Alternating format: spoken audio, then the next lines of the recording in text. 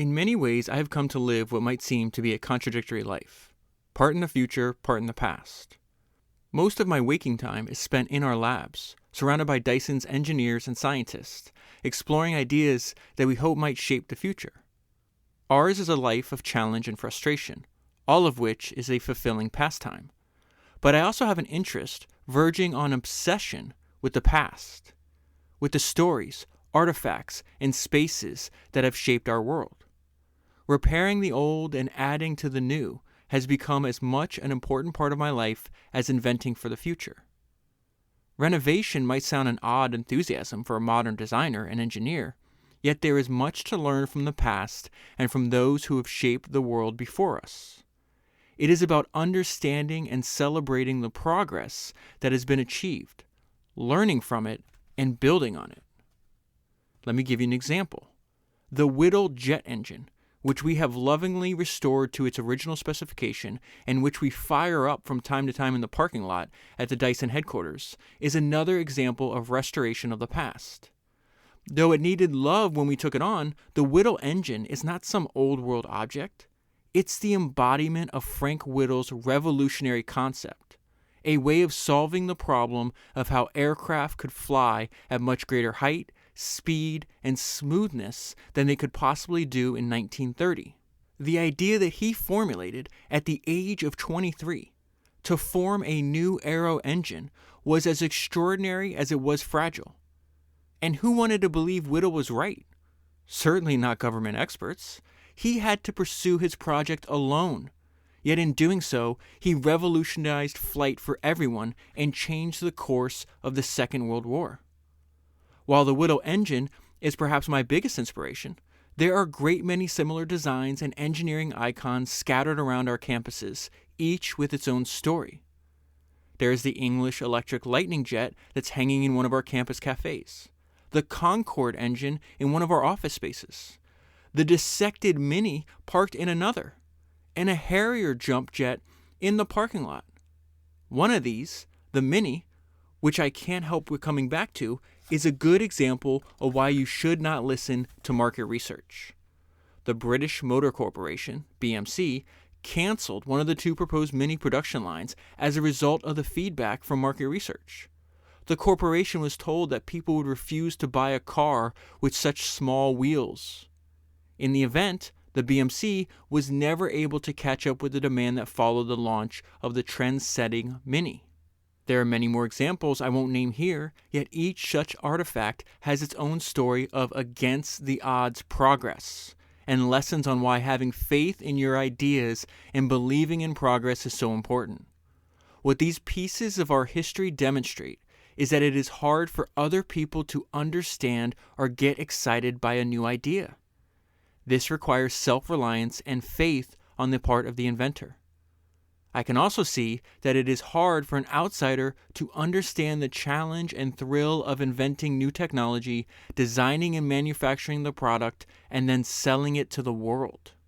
Being an entrepreneur is not necessarily about making a fast buck. It's about creating new products and new opportunities, generating rewarding employment and opportunities in the process. The entrepreneur is part of a cycle of renewal, driving progress. It is not easy. The margin between profits and loss, between success and failure, is small. Just as you think you have understood a situation and how things work, it changes without warning. There are traps around every corner.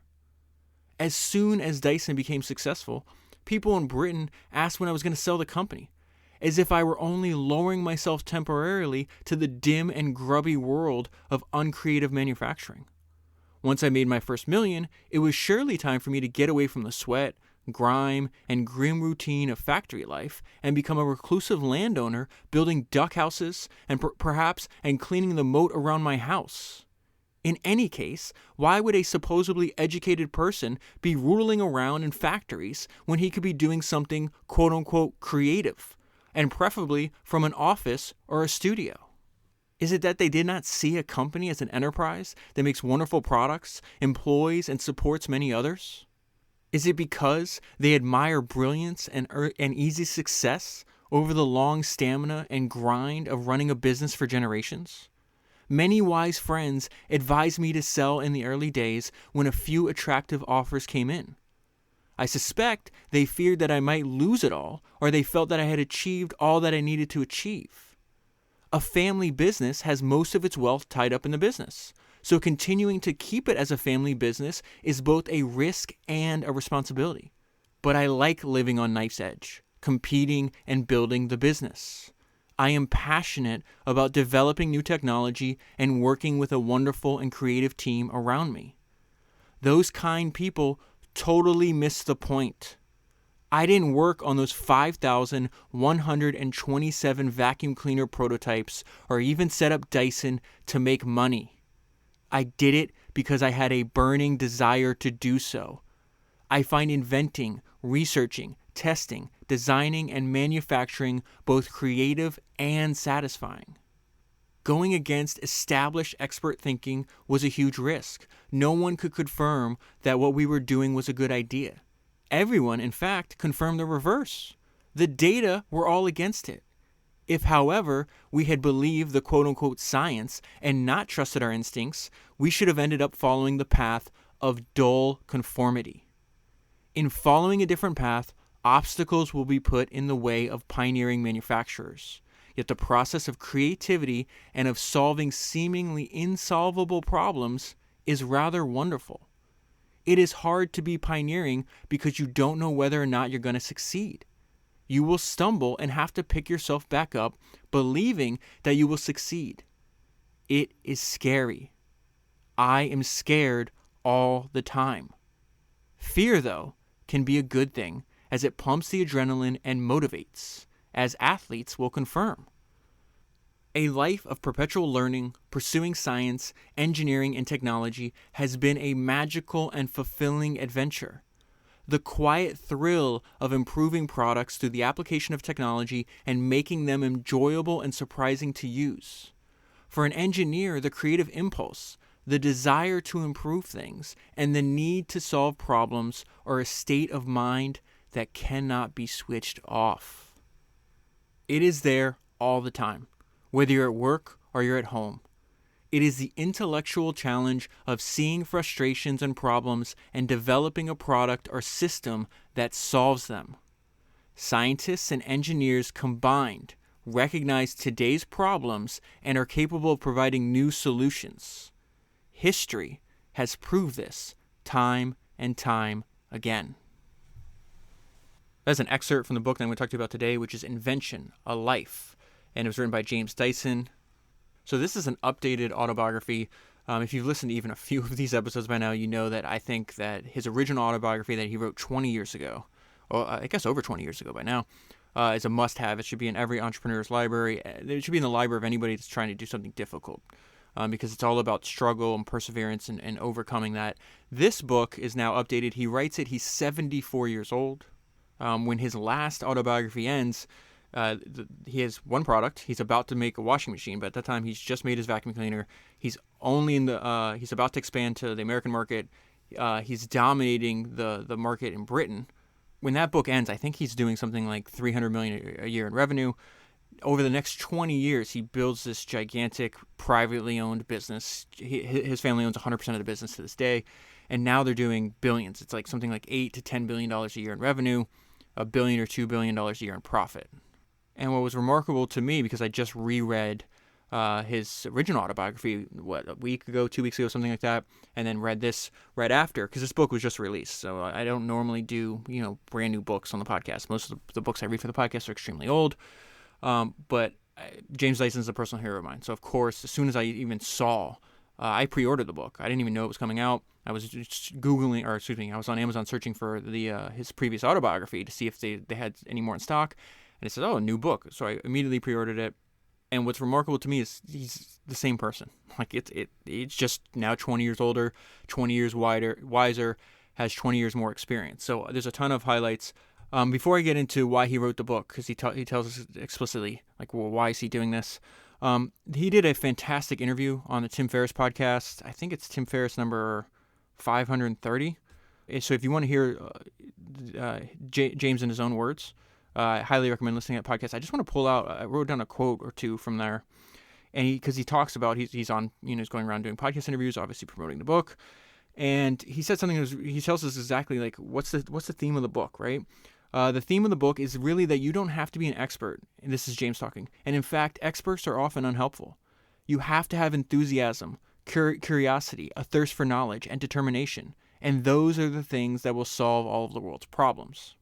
And one big problem that he talks about is like young kids they don't understand the nobility of and how creative and exciting working in technology, doing engineering, solving hard problems. I think what I wrote, this note I left myself is James makes a full-throated defense on the nobility of engineering, manufacturing, working with your hands, learning to sell, working in factories, and doing the slow, difficult, dirty work that others deride. And he's not, and as we'll see later, he's not just talking about this. He's actually inventing new ways to educate people. He rethought college. It's amazing how, and of course, just like he rethought vacuum cleaners and every other product, he worked from first principles. Like, okay, if we could design this today, how would it be? Wait till I get that. That's towards the end of the book. But it's just remarkable. All right, so let's go into this. He says, I wanted to share my story as the first cohort of Dyson students graduated from Dyson University. For them, and all of us students dedicated to the pursuit of curiosity, learning, and embracing the joys of making things. It is a story told through the life of creating and developing things, as well as expressing a call to arms for young people to become engineers, creating solutions to our current and future problems. And so he's saying flat out, I'm trying to do this to inspire you. And why is that so important? Because he talks about the importance of having heroes, that everybody has heroes that came before them, that they look to, not only for wisdom, for mistakes to avoid, but for inspiration. And this guy, the amount of historical knowledge that is in this man's brain is unbelievable. And if you listen to Founders number 200, at the very end, I did a bonus episode. That whole podcast is like, I don't know, 2.5 hours long, something like that. And on the end, it's 45 minutes of what I learned from reading. James wrote a book. It's called The History of Great Inventions. And he's kind of just like at the introduction, or the part I read for the podcast that served as the introduction to this podcast, but it's actually towards the end of the book, where he's talking about, he's like, I feel, my life is somewhat contradictory. Like, I invent for the future, but I'm obsessed with history. So this is something I think you and I have been talking about over and over again. I feel like it's been top of mind the last few podcasts, is like develop this deep historical knowledge and combine what you learned from that with the edge of technology. We're seeing that James is yet another example of that. So I'm really excited, so I got to calm down because I really do admire. I just cannot believe what this guy was able to accomplish. It's just remarkable.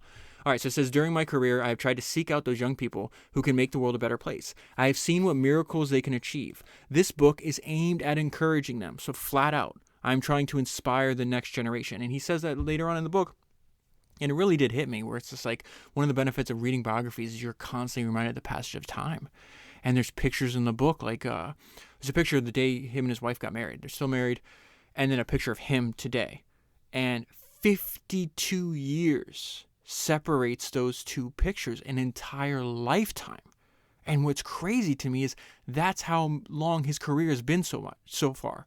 So the idea, it's like the founder of Shopify has this great quote. He said it the most succinctly, like why he reads biographies, right? And that's Toby. I think his last name is Luke, but I know how to pronounce Toby though. So what Toby said, he's like, books are cheat codes. He's like, you can download in a few hours. You can download the accumulated learnings of someone's entire career. I don't have the quote in front of me, but that's like a paraphrase. So like he did use the word cheat codes. Like you can download the best ideas they have in a few hours. And so the book I hold in my hand is like, why would you not buy this? I think I paid $25 for this book, and it contains the best idea and worst ideas that James had over 52 years. It's incredible. All right, so it says, during my career, I try to seek out those young people who can make the world a better place. I have seen what miracles they can achieve. This book is aimed at encouraging them. Oh, I never finished my thought. So what he says at the end, he's like, listen, I'm not one to give advice. I'm one to give encouragement. And he's like, we can't have, he's like, the reason I thought about how biographies remind you of the passage of time is because, let me fast forward to where he says that. Hold on. It was just a random sentence where he says that towards the end of the book, he's talking about, it's not about giving advice, it's about giving encouragement, getting out of their way, letting them explore and develop into their own humans. And he says, talking about, politicians should be telling them what to do, all these other people, and he says, nor should even old people like me telling them what to do. And that one random sentence hit me really hard when I thought about it. It's like, it's the time that passed in between these two autobiographies, like he has now turned into an old man and he knows it. He's still working like flat out. His wife has a postscript in the book, and that's what she says. And she's like, James is still, working flat out. He's still completely obsessed. And that's one of his things. Like, the idea that I would ever sell my company is ridiculous. He's like, this company, I built this for my family for generations. Like, I'm obsessed. I want to work on this till the day I die. But going back to this idea that we have the opportunity to learn from a 74-year-old James Dyson who spent 5 decades learning everything that he put down in the book, this book for us, it's just a remarkable. Books are one of the most remarkable pieces of technology that humans have ever been able to create. It's amazing. So it says this book is aimed at encouraging them. Some may well become heirs to my heroes, inventors, engineers, and designers who make their appearances in these pages. And there's got to be, I don't know, a dozen, maybe 20 different heroes from the history of entrepreneurship, engineering, and designing that he references. He's like, this is what I learned from this guy, and this is what I learned from that guy. And this is really what I'm trying to do, like in my own tiny way with founders. I'm willing to spend thousands and thousands of hours going through these history books and pulling these ideas and trying to push them forward to make sure they don't die, so more people can learn them. Then when you learn it, you tell somebody else, and that person tells somebody else. And I think everybody benefits from that. So I don't know. I'm really inspired by what he's saying here. So he says, they become heirs to my heroes, inventors, engineers, and designers who make their appearances in these pages. Like them, they will not find it easy. And they will need oodles of determination and stamina along the way. They will have to run and run hard, which is how my life story begins. And the lessons he learns from running, I went into way more detail, because he goes into way more detail in his previous autobiography and this one. But in this biography, he talks in way more detail about how devastating it was for his father to die so young, and how that changed the person he was, and it changed the trajectory of his life and career. So he's 8 years old at the time. They're on a road trip, and they stop off on the highway. And they're just like walking through this little field, and then he comes across his father. He says, so I turned around a corner and I discovered my father was being violently sick. Before I could say anything, he said, "Don't tell Mom." It was typical of him not to want to cause alarm. I felt immense love and compassion for him. Dad died the following year, in 1956, when he was only 40. He had been 30 when he came back from the war. 3 years later, he was diagnosed with cancer, throat and lungs. His last days were spent in a Westminster hospital. He had said goodbye, holding a small leather suitcase as he waved from the back door. He set off to the train station and caught the train that took him to London. That was the last time I saw him. His brave cheerfulness chokes me every time I recall the scene. It is impossible to imagine my father's emotions as he waved goodbye, knowing that he might be on his way to London to die. 60 years have not softened these memories, nor the sadness that he missed enjoying his 3 children growing up and marrying wonderful people. How he would have relished playing with his grandchildren, of whom there are 7. This is a difficult part to get to. This was all the more poignant when I observed one of my own grandchildren, Mick, at the age I was when my father died. And this is just heavy because, James is a fully formed adult. He's had a lifetime of experiences by the time he's having this thought. And yet to see his grandson at the same age that he was when his father died, and realized how vulnerable a child at that age still is and how much they need their parents, especially their father. Mick is loving, bright as a button, and self-possessed. Yet still at that age, he took his ruffled, soft toy puppy to bed with him. He was far too vulnerable to lose his father.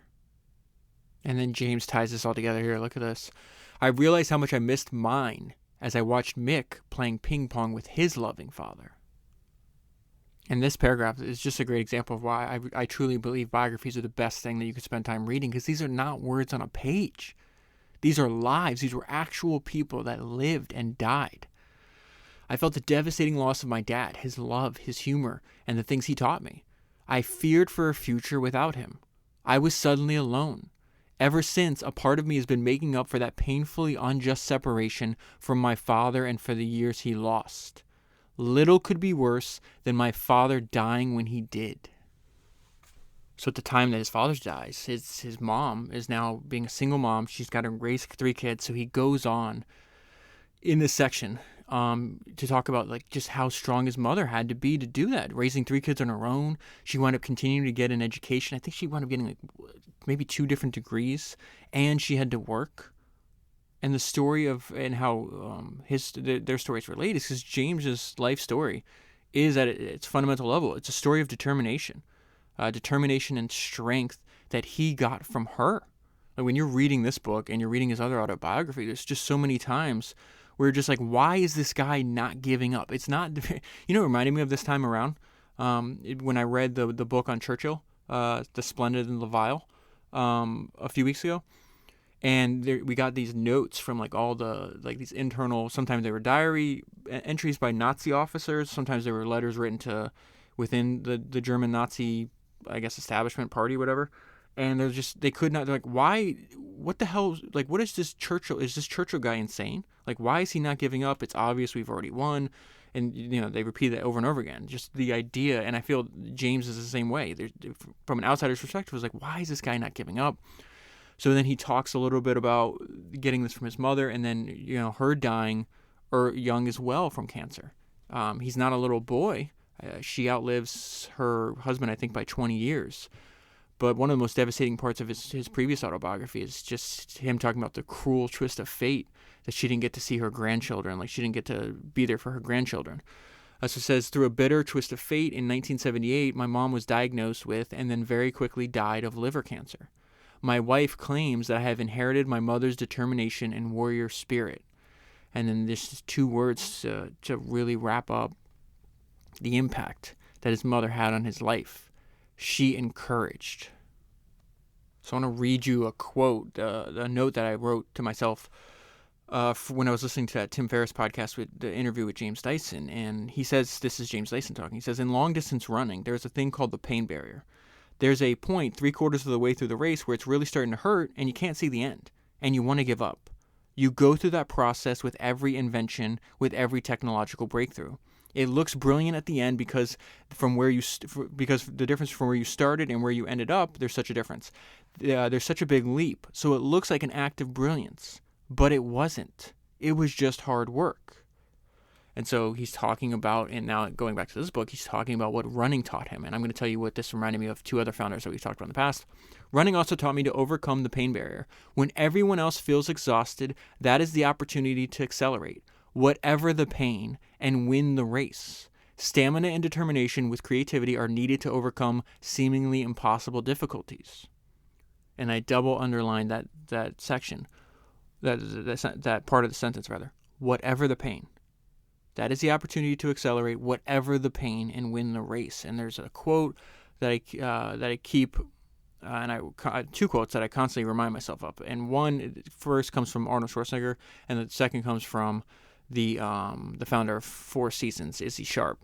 So this is Arnold. He says, you experience pain and you just go on and on. That's what makes you grow. That is what divides one from becoming a champion and one from not being a champion. If you can't go through this pain barrier, forget it. That is what most people lack. Having the guts to go in and say, I will go through and I don't care what happens. It doesn't matter because it's all worth it. And then the founder of 4 Seasons, both of these people have wonderfully, and let's include James in there, but all 3 of these people had wonderfully productive lives, had a list of great accomplishments that they can point to with satisfaction. And they all say the same thing. And so the founder of 4 Seasons says, excellence is often just a capacity for taking pain. So the same lesson that James Dyson has learned from running, he applied to his career. Now he's going to talk about, experience is the best teacher. Wait till you see how he rethinks college, and he really, like, he's putting his money where his mouth is here. Visceral experience is a powerful teacher. Learning by trial and error or experimentation can be exciting. The lessons that you learn are deeply ingrained. Learning by failure is a remarkably good way of gaining knowledge. Failure is to be welcomed rather than avoided or feared. It's part of learning. It should not be feared by the engineer or scientist or indeed by anyone else. Okay, so I'm fast forwarding the story. He's now at art school. He's on his own. So he says, he's living in London. I was now self-reliant. I had no one to turn to. And then he talks about, and this is something he does throughout the entire book over and over again, he talks about all the principles that he learned from previous product makers. So while he's in London, he doesn't have a lot of money. So he to get around, he has a little Honda motorcycle that's called the Super Cub. And he says a lot of the things he learned about this wonderful product he tried to apply to his own products later on. The invention of the engineer Soichiro Honda, most likely mispronouncing his first name, who I greatly admire for his addiction to the continuous improvement of products. So this is the Super Cub. The Super Cub was simplicity itself to own and ride. This was an early example of an inventive manufacturer taking an existing product, which is exactly what James does, in this case, the low-cost motorcycle, and transforming it into a much better and much more attractive proposition than anything available at that time. So I think that sentence is a description of James's MO. Take an existing product and transform it into a much better and more attractive proposition than anything else that's available. Honda's genius was to think against the grain while focusing on continuous improvement. And those are two principles that James lives by. He says difference for the sake of it. You have to go. You cannot build a product that's just like everybody else's. You have to go against the grain, not only because it's better, but because it's different, even if it wasn't better. And then the second principle that he talks about over and over again, he's like, listen, you always should be perpetually dissatisfied with your product because everything in the world can always be improved. And so he's talking about his life in art school. This is where he meets the love of his life, Deidre. They're still married to this day. So this is on his wife. And then just decades of struggle. It says, up until quite recently, Deidre, I think, has had to put up with a perpetual lack of funds. She made clothes for herself and sometimes for our children. To save money, we grew our own vegetables. Craziest of all, during the first 30 years of our marriage, she agreed unselfishly, and so typically of her, to keep putting her signature to endless bank guarantee forms in front of solicitors, signing away all of our possessions. He's talking about the multiple times in his career, he had to do personal guarantees and use his house as collateral to get money to build his products. And if his company failed, his family would be homeless. If we had defaulted on the bank loans, we would have been evicted from our home. She has a mild manner, but is not one to give in or give up. And that's another thing that, again, you'll see when you read biographies, the advice they give and their approach to life is vastly different than the stuff you'll hear, everybody else talk about. And this idea, Arnold was the same way, Larry Ellison, Bill Gates, Steve Jobs, over and over again. They don't believe in plan B. They're like, to have a backup plan is ridiculous. We burn the boats and we either go forward or we die. And James says, listen, I had no plan B. It had to work. I pinned everything on it.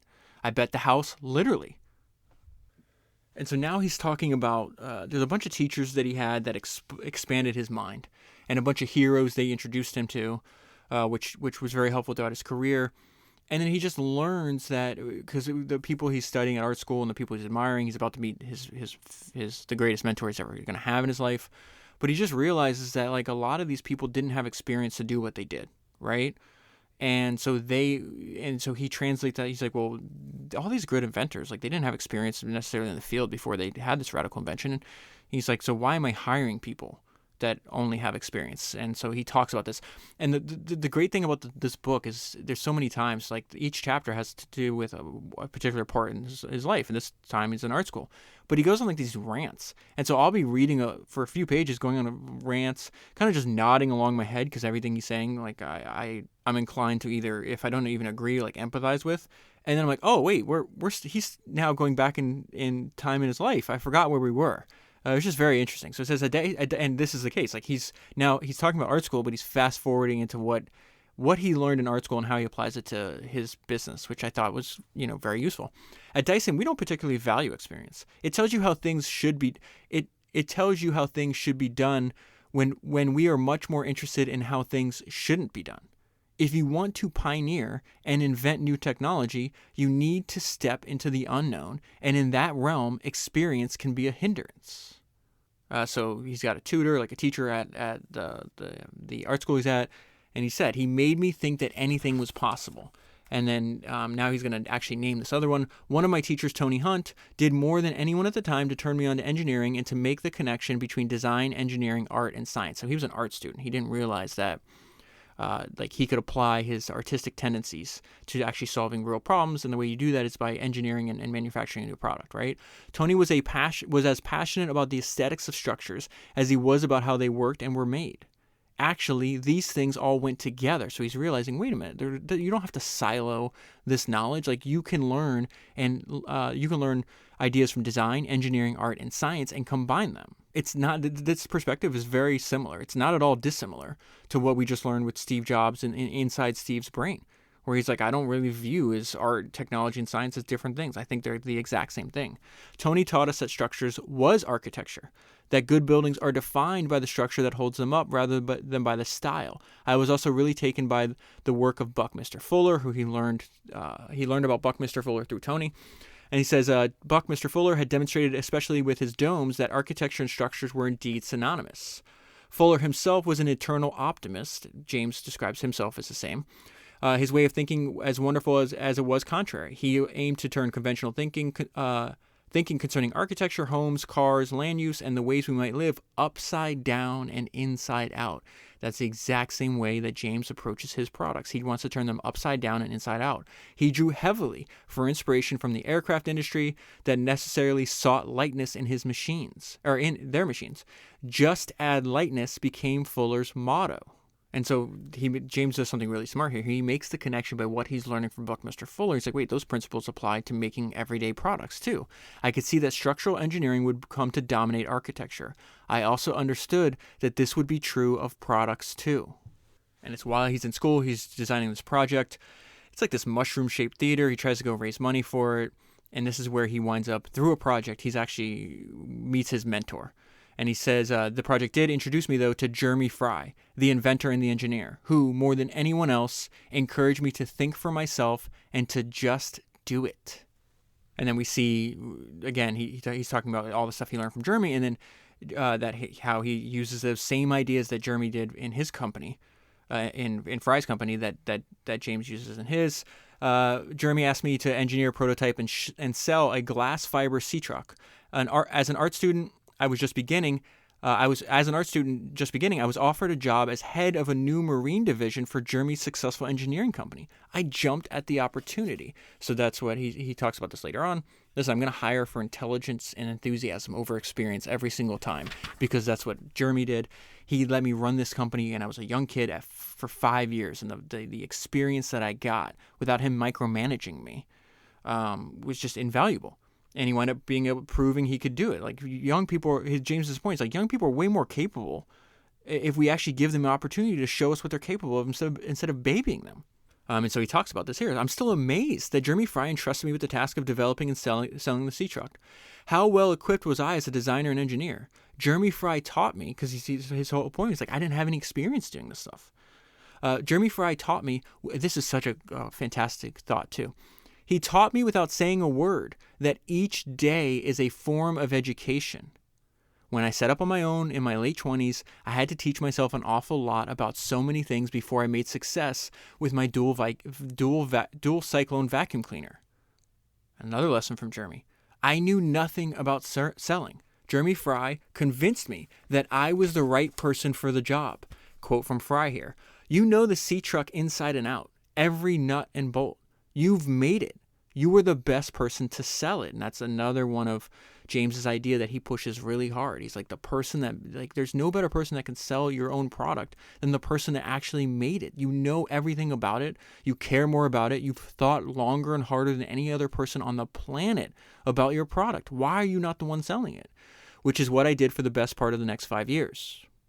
And then here he goes again on the importance of having role models. I made up my mind that what I really wanted to be was a manufacturer. I wanted to make new things that might seem strange, and not things that you make because you know they will sell. The ultimate challenge, I suppose, was to design, make, and sell inventive and wholly new products. To do this, you need to be more than a designer or an engineer. You need control over the whole process. Just as my heroes, Honda, Citroën, and I looked that word up. That's how it's pronounced on YouTube, but it's not spelled that way. And Akio Morita.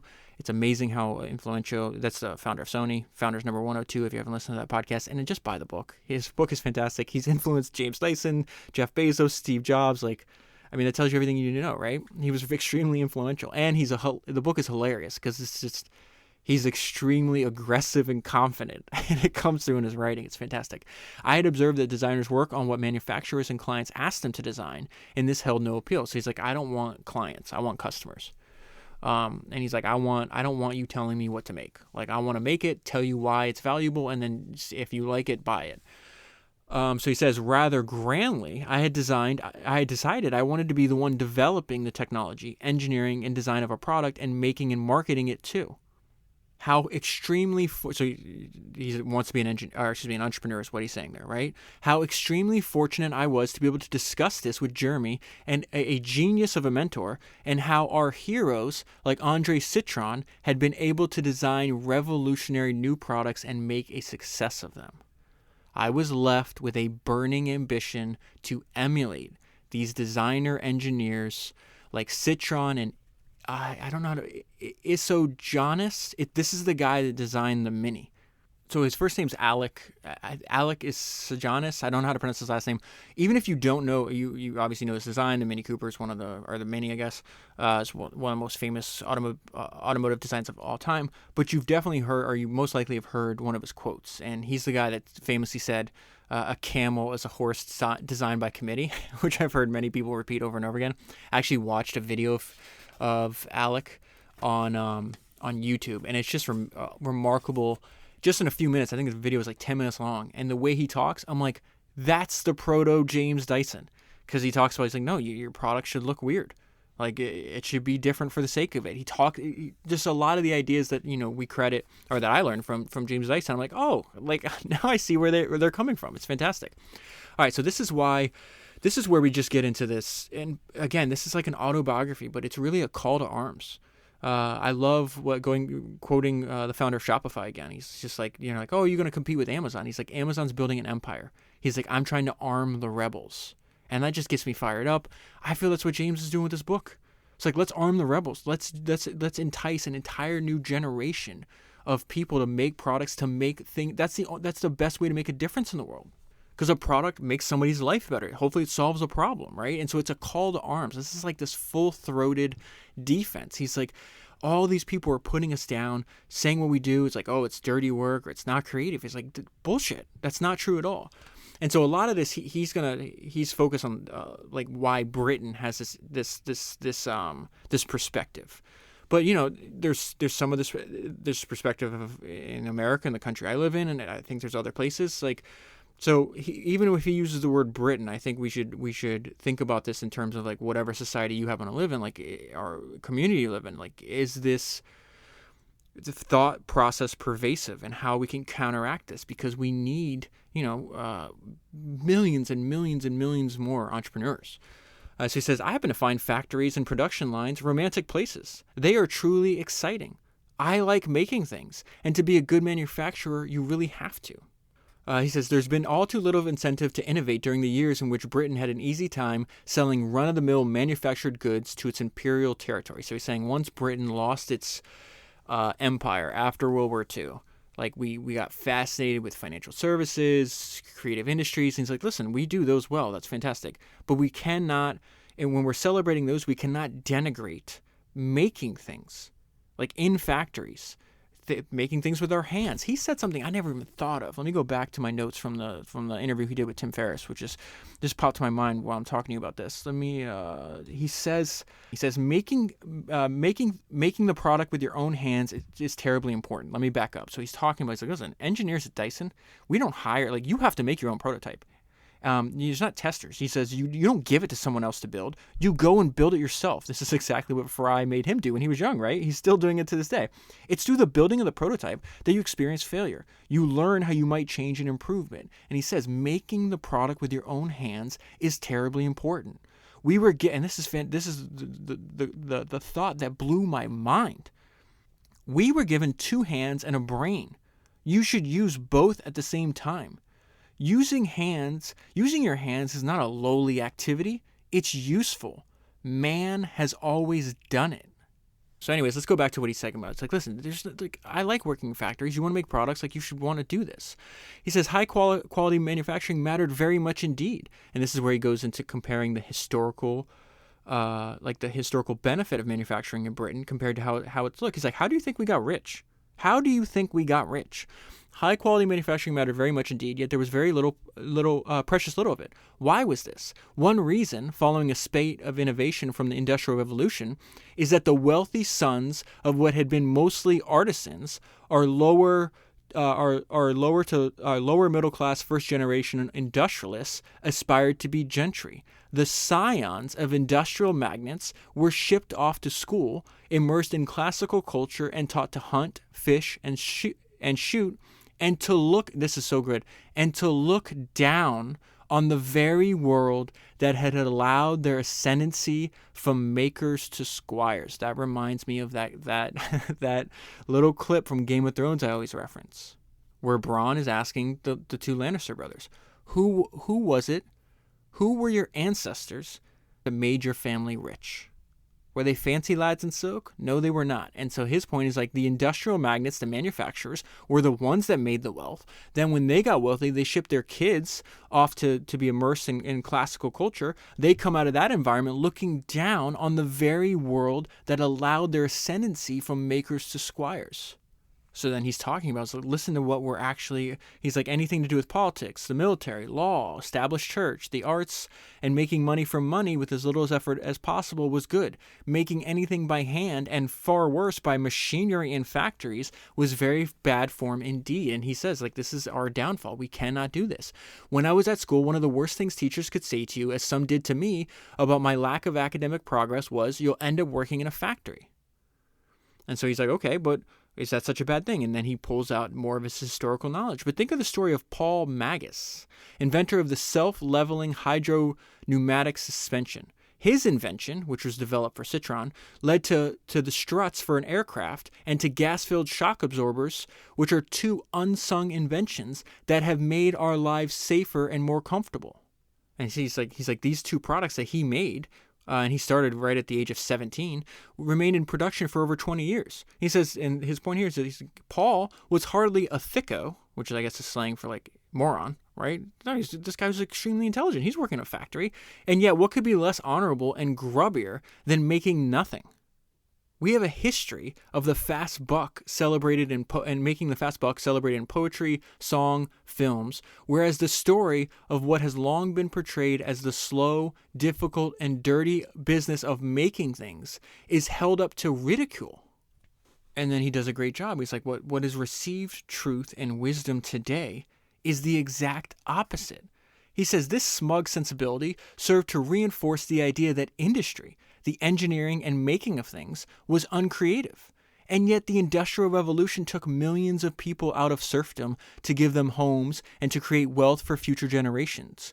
We ought to feel pride and relief that our industrial might was able to produce the technology and equipment to repel the threats of 2 20th century world wars. If manufacturing has long been seen as a lowly pursuit, then selling has surely been seen as beyond the pale, even though bankers and others working in seemingly respectable financial services are mostly salespeople by another name. And this is such a great line. Selling goes with manufacturing as wheels do with a bicycle. Products do not walk off shelves and into people's homes. And when a product is entirely new, the art of selling is needed to explain it, what it is, how it works, and why you might need and want it. And so we're still in the chapter on the sea truck. Do you see what I mean here? He's giving a narrative of his life, and then he goes on these rants, these extremely passionate rants, because he's like, we have this exactly backwards. He's like, making things is noble. Learning how to sell is noble. Making products that make people's lives better is noble. It's not dirty. It's not to be looked down upon. We need more people doing this, not less. So he says, selling can be noble and exciting. Jeremy Fry taught me, so he's talking about like now, like how to sell. Jeremy taught me not to pressure people into buying, but to ask them a lot of questions about what they did, how they worked, and what they might expect of a new product. I learned that most people don't really know exactly what they want, or if they do, it's only from what they know, what happens to be available or possible at the time. That's what he's saying. You need to show them new possibilities, new ideas, and new products, and explain the products as lucidly as possible. You also need to listen to your customers, aiming to improve products whenever necessary, and simply for improvement's sake. So that's another thing. Difference for the sake of it, improvement for the sake of it. It's two main messages from the life and career of James Dyson. Dyson's advertising focuses on how our products are engineered and how they work, rather than on gimmicks and snappy sales line. And that's another main thing that he talks about over and over again in the book, is that there's nothing wrong with advertising, marketing. These things are needed. If your products literally improve the lives of your customers, and you have a moral obligation to get good at that, right? And sales and marketing is just the art of selling more products. And he's like, but the fundamental aspect to your sales and marketing should be education. People are receptive. If you explain, hey, here's the problem. You got this bag that's clogged. You're leaving dirt on the floor. You can't see it. Here's the solution I came up with. Look, I'm vacuuming. The Cyclone is much more powerful. Look at all. He has the area where the dust collects. That bin is clear. Look, you see the difference. And he's like, people will respond. My products were 4 times as expensive as my competitors, and yet I outsold them. I sold more than they did at 4 times the price because of this. So educate them. I really like that idea. I still find myself putting into practice at Dyson some of the same things Jeremy said and did when I worked for him half a century ago. He believed in taking on young people with no experience because this way he employed those with curious, unsullied, and open minds. He believed, most of all, in the power of enthusiasm. He was a natural teacher. And that's just another main lesson. I can tell you from reading over 200 of these biographies now, the best leaders to ever live, they think of themselves as teachers. And I think if we adapt that mentality to our work, it's like, I'm just teaching everybody around me. I'm teaching them my philosophy, teaching what I've learned.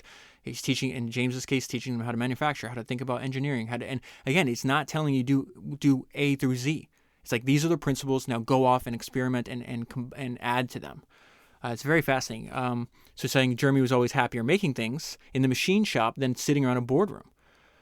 He was interested in anyone enthusiastic who wanted to learn. He loathed arrogance and experts, by which he meant those who want you to believe that they know everything about a subject, when the inventive mind knows instinctively that there's always further questions to be asked and new discoveries to be made.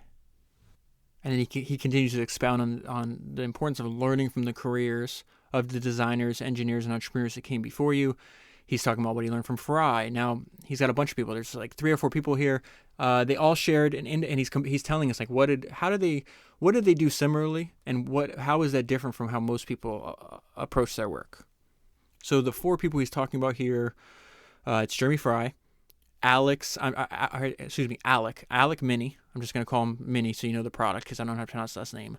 Then you have Buckminster Fuller, which he mentions a bunch of time, and then Alex Moulton, who created a new better bicycle. So it says all of them shared an independence of mind, a hard work ethic, and a desire and a drive to succeed. They sought lightness in everything they made, and then they all had the desire to create a better way of an existing product. And so he's using a case of this guy, Alex Moulton. Alex wanted to create a better bicycle. He turned ideas, and see, he says this over and over again. He turned ideas about what exactly a bicycle ought to be on its head. Now back to Alec Minnie. Alec Minnie's view was market research is bunk, and that one should never copy the opposition. Never copy the opposition, exactly what James says. Edwin Land said the same thing. I've told you over and over again. He had a very personal motto, never do anything anybody else could do. The best-selling British car of all time is the Mini. If market research had ruled Alex's roost at BMC, it would never have existed. So he continues his train of thought for a while, and then this is really, I'm just going to pull out for you, because there's so many examples where there's just a market is, especially when you're creating something new and unusual, the market for that is usually larger than you can predict. And so he talks about what he learned from Akio Morita and the Walkman. Priced at $150, the Walkman wasn't cheap. Sony hoped to sell 5,000 Walkmans a month. They sold 50,000 in the first 2 months. By the time the production ended in 2010, they had sold more than 400 million. When the Walkman came out, the press ridiculed it, but the market responded. People saw the attractive little device and heard it in action and fell in love with it. And so as he's continuing to work on a C-Truck, learning from Fry, he realizes, I have to go on my own. I have to become an entrepreneur. And even, he says, looking back, this was a crazy idea. I felt driven, no matter how much I respected Jeremy and enjoyed working with him, to go off on my own. In 1974, with 2 young children, substantial debt, and a whopping mortgage, I stepped out of an exciting job and a salary into the unknown. Against the grain, I was going to be a manufacturer. I was also going to be something else key to successful invention. I was going to be an entrepreneur. And so then he talks about, like, what was the opinion of entrepreneurs at this time? So, like, they're just weird people, most of which are like kind of scammy.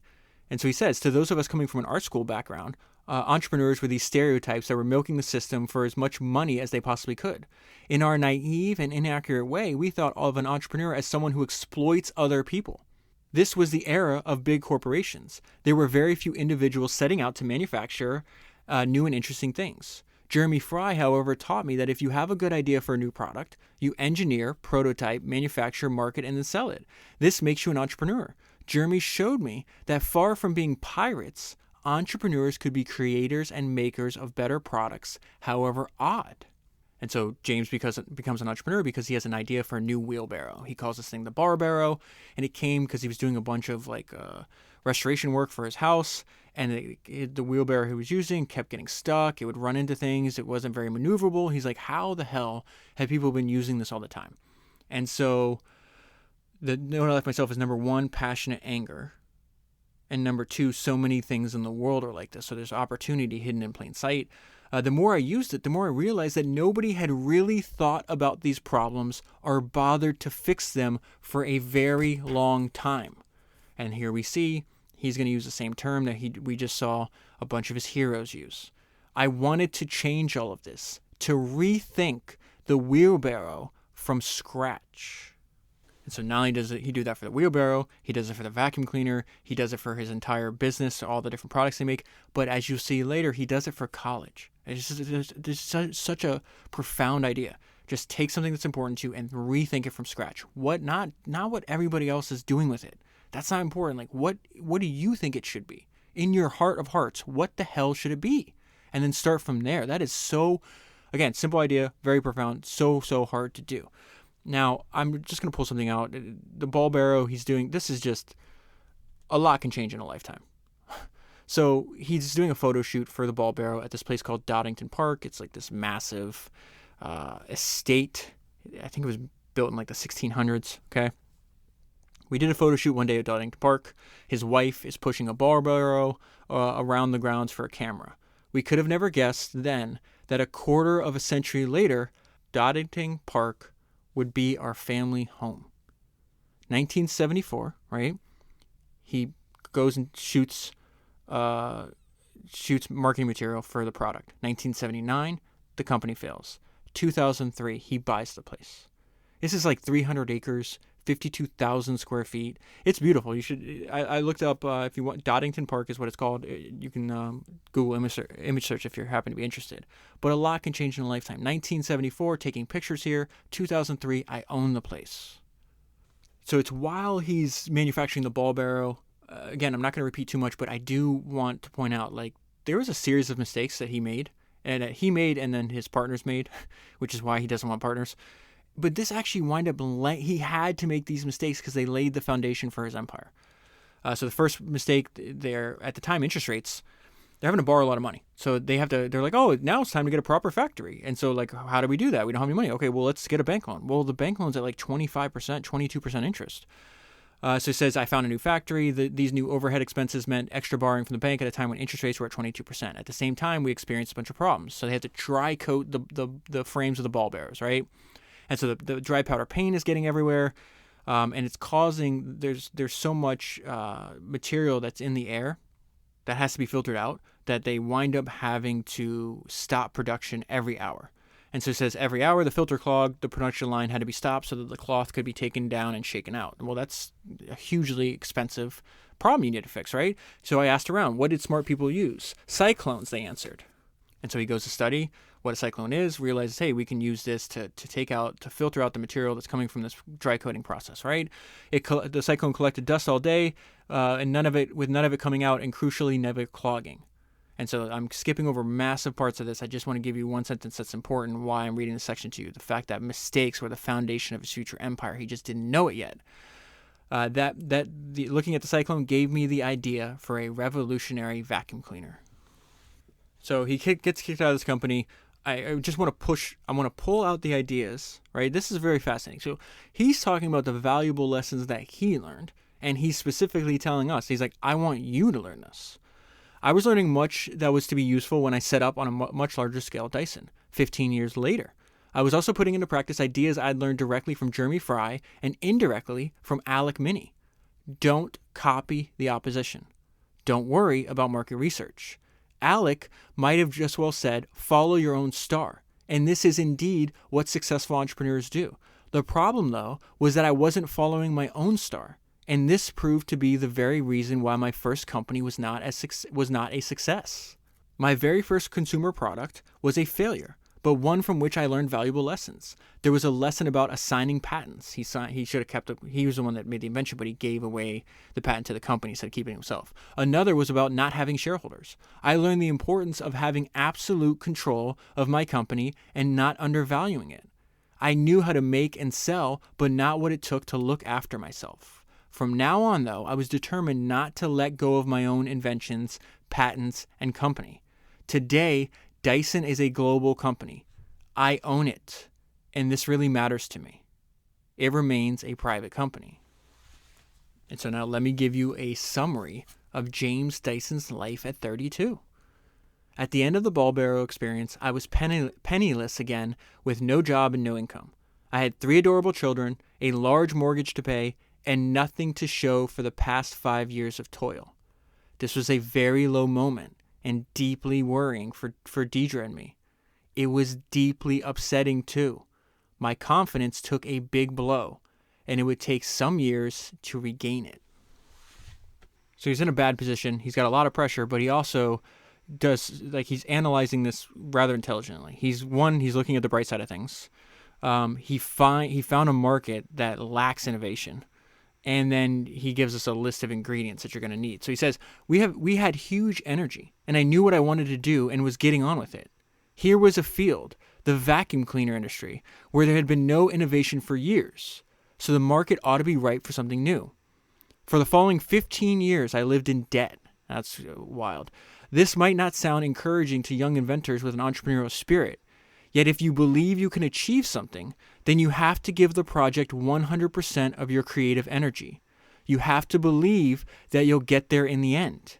You need determination, patience, and willpower. And so that idea, it's like, listen, this is not encouraging. This doesn't sound encouraging. Yet if you believe you can achieve something, then you have to give the project 100% of your creative energy.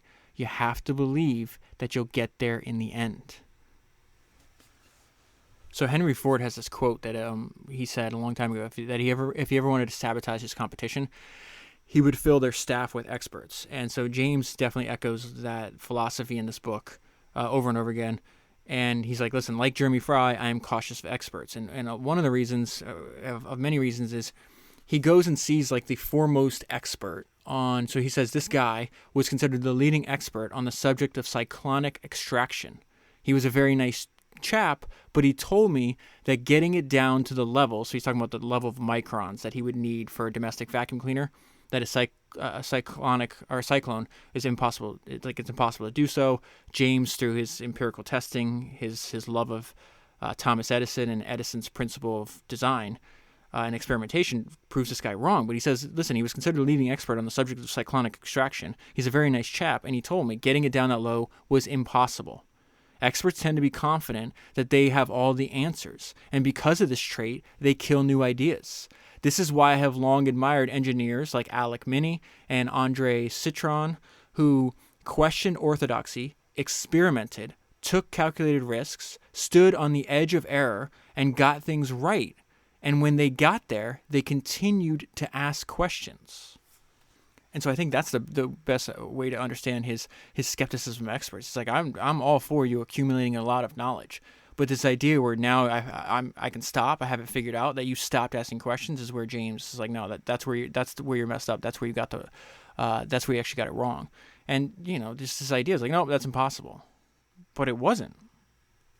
So something another principle James learns from this is like, innovation is going to come outside of an industry. The incentives are too strong like if you're trying to build something new, instead of trying to improve an existing industry, just build a new solution completely. And so there's a song, Cream, cash rules everything around me. Something I learned from Charlie Munger is it's IREAM, incentives rule everything around me. Incentives determine behavior. Because at this time, he's not manufacturing the vacuum cleaner. He has this idea. He's like, okay, I'm just going to license it. Like, I have a working prototype.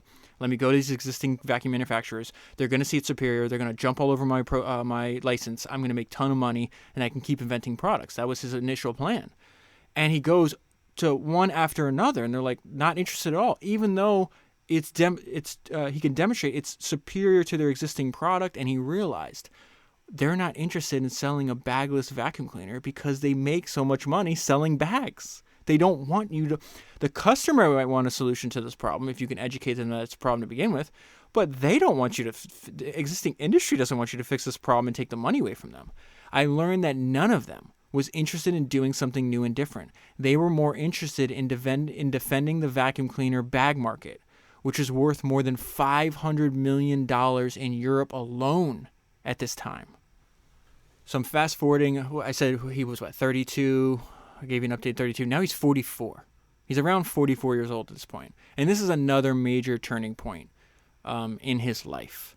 And it really does speak to the importance of making sure you have the right people around you. He would not have been this successful without the support, the unyielding support of his wife. And it's just remarkable that she endured all this, right?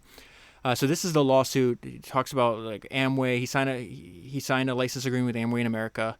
They wind up seeing getting his technology, then canceling the license agreement, suing him, and then copying his technology. So there's this huge fight, and he's just like, I give up. I don't want to do this anymore. I can't do it anymore. I can't. It's over. I cannot keep going. And his wife is like, you have to. After 5 years of this bruising and bankrupting lawsuit, I was ready to pack it all in and settle the case. Deidre, however, stood firm and told me that I mustn't give up. This was well judged. Shortly after, our litigator called me. Amway have indicated that they're willing to settle. I could go home. More importantly than this, because he was having to constantly fly from Britain to America to do these depositions, I think in Michigan, and it was just like weeks of just every day from like 9 to 5 for weeks sitting in a deposition. At that time, his company's bleeding money. If he's in a deposition, he's not able to sell more licenses, not able to build more products. They're literally bleeding the single lone inventor dry, right? More importantly than this, I could regain my life. The black cloud that had hung over our family life for all too many years was lifted. So he's saying like they got a little bit of settlement money, but we weren't rich. In fact, the award didn't even cover my share of the legal costs, but at least the cost had stopped. Instead of worrying whether or not we were going to be bankrupt. Remember, 44 years old. At this point, there's nothing in his life that's going to say that he's going to build one of the most successful companies in human history. Nothing. It does not look good at this point. But he had the reason I'm bringing this up to you, and the reason I keep trying to repeat like some of this, he had to go through this to get to that point. I thought about I was actually thinking this morning about what Steve Jobs said, because I had read over my highlights from Inside Steve's Brain. And he's talking about, this was in 1998 or 1999 when he said this. He's just like, I'm killing myself. Like, I'm working from 6 a.m. to 10 at night every day. And he's like, I'd be lying to you if I didn't know, like if I didn't think I might be making a mistake. And so I thought about that. I'm like, let's pause right there. 98, 1999 maybe. Steve Jobs says, forget it. This pain that I'm feeling, this struggle, I'm tired, I'm stressed, I'm full of doubt, I don't know if I can save this company, I don't know what's going to happen next. I should just go home. I can be CEO of Pixar. That's fine. I can get, even if you're not Steve Jobs, you could get another job, whatever the case is, right?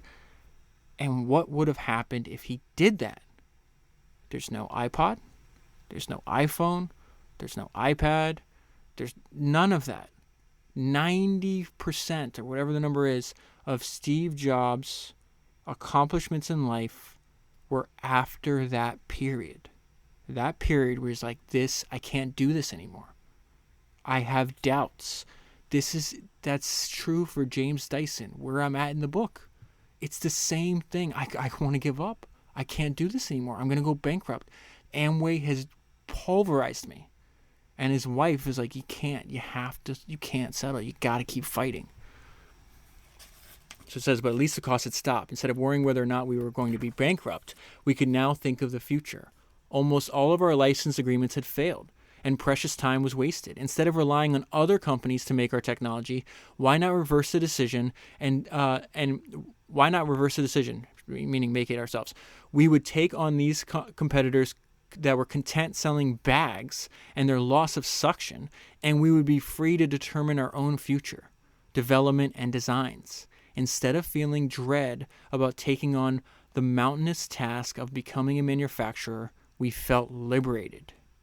This was the moment we decided to go against market trends and to concentrate on an upright, cyclonic vacuum cleaner that we would make ourselves. There would be no more struggling with other companies. Now, there's definitely a lot more struggling, but not with other companies. Their patents, their executives, and their lawyers. We were going to do it our way, alone and independently. And so this is where he has to go all in. At the time, he tries to raise money. No one wants it. He was willing to sell equity, and everybody says, no, we don't want to do that. So that's how he winds up maintaining 100% ownership in Dyson to this day, because no one at the beginning wanted to invest money. So he's got to raise money. He's got no money, but he's got a house, and so he goes all in again, and his wife agrees again, and they wind up putting up the house. And so he's like, I have a prototype. I got to manufacture this thing and manufacture it quickly. And then as soon as I have it, I got to sell the hell out of this thing. And so really, it's just, I'm going to pull out a couple highlights from this time. The book is in way more detail. Fantastic part of the book because it really goes into the very beginning of the company. Obviously, I'm really trying to encourage you to buy and read the book. So here we go. I had no money for a factory.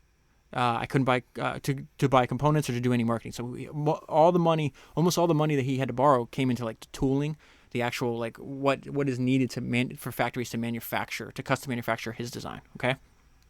So he's like, I have to look for a factory.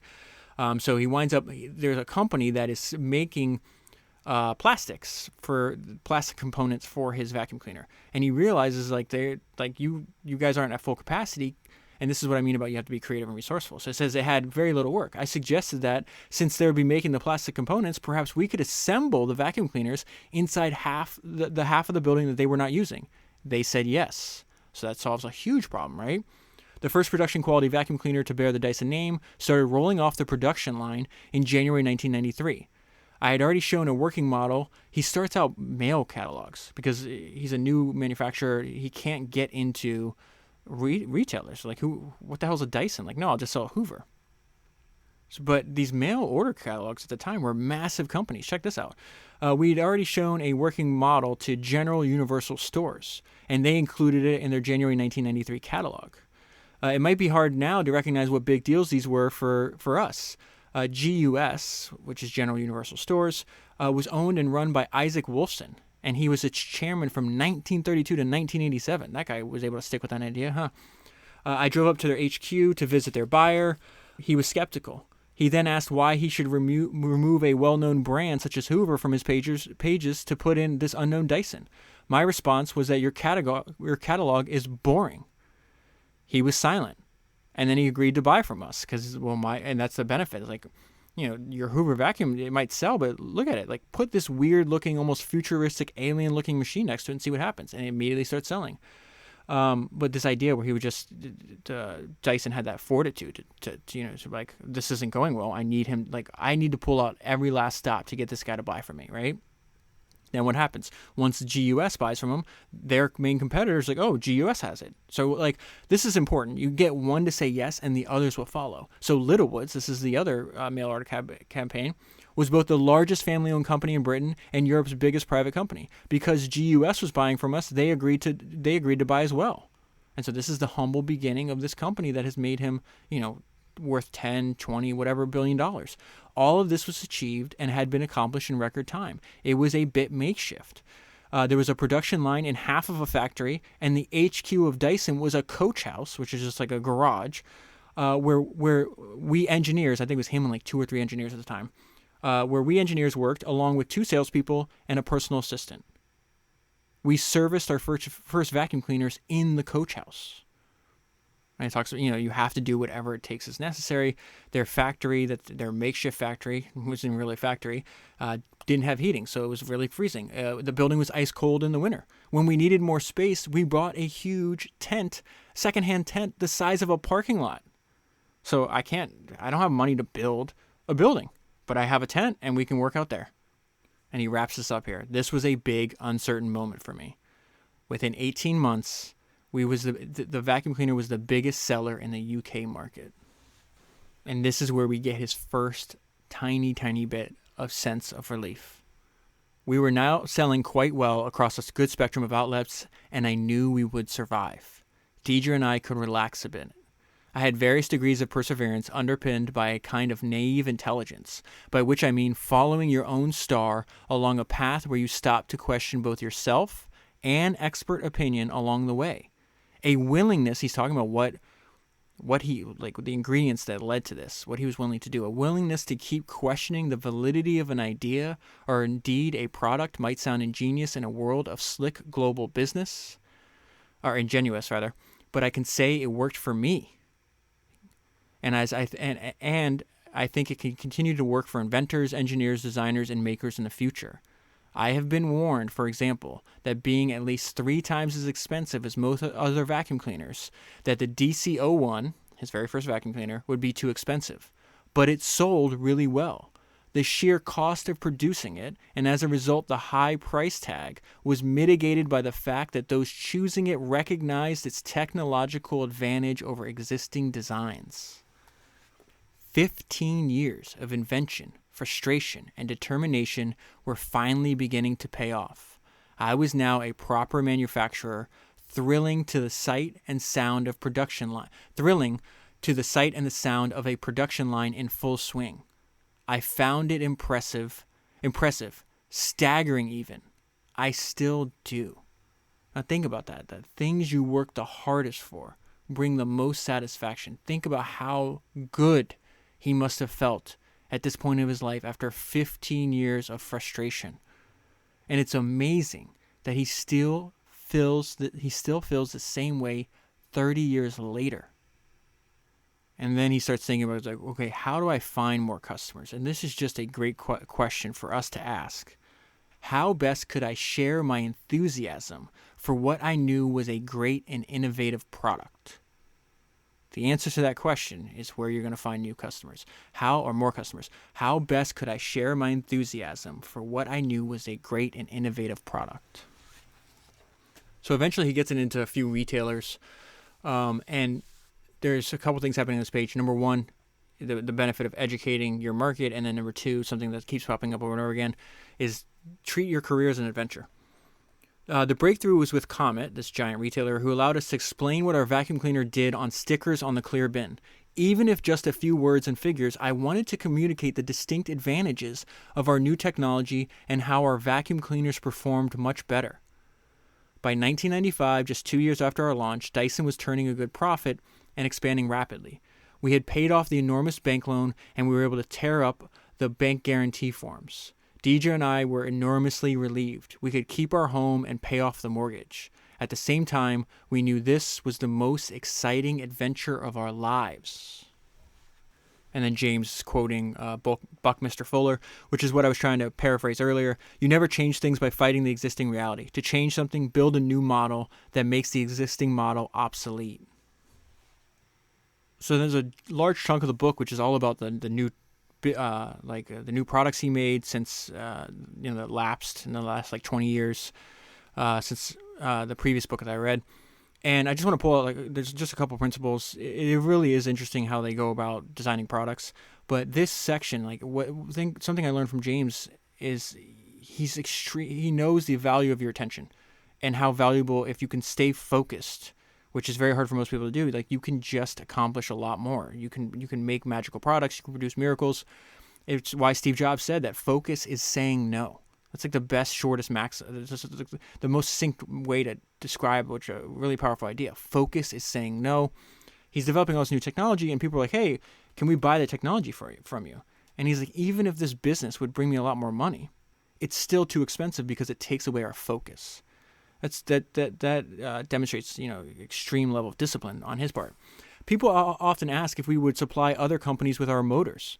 Although it might be profitable for us to do so, we supply no one other than ourselves, because I want Dyson engineers to be 100% focused on our next exciting motor development and not on retrofitting our motors to someone else's product. Another principle from this part in Dyson history, they're talking about designing new fans, and the no left myself is just look at the products he makes. This is obviously a core thesis to his business. And that's why I mentioned earlier that opportunity just hides in plain sight. You talk about fans and why are they all crappy? Why are all vacuum cleaners crappy? Why are we satisfied with the status quo? So he says, this was another one of those products that are used frequently by hundreds of millions of people, yet stuck in a technological time warp. Another one of his principles, that you increase sales by teaching. I didn't want anyone to buy our vacuum cleaner through slick advertising. I wanted them to buy it because it performed. We could be straightforward in what we said, explaining things simply and clearly. And a lot of this he does himself, because people buy from people. And it's interesting that he, even though he's not really an extroverted person, he says, I didn't say how brilliant my product was. I simply explained the technology, because he has a fundamental understanding of the technology, even if his delivery, it doesn't have to be all polished. It's I know what I'm talking about. Let me just explain what the benefit is. And what I realize is why he's doing this. He's, at the same time, he's doing something that his competitors can't. And he says the general idea was to show that Dyson was founded by Mr. Dyson, and that he was responsible for Dyson products. He's writing this, but he's talking about why he's doing this as opposed to just hiring a spokesman, right?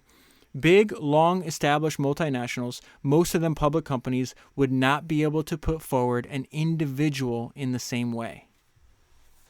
I want to skip way ahead because he has a large part of this book is the fact that, he says, let me read the note. He says the West is moving too slow and is growing hostile to business. If it keeps up, Asia is going to kick our ass, or going to kick ass rather.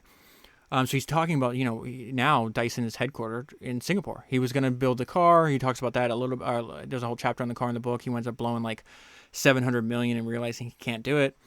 But he just talks about the difference in the attitude for getting help for business. He says, we came across politicians who themselves, in Singapore, were often industrialists with a knowledge of manufacturing. In Westminster, the politicians in Westminster have no experience of industry and little or no interest in making things.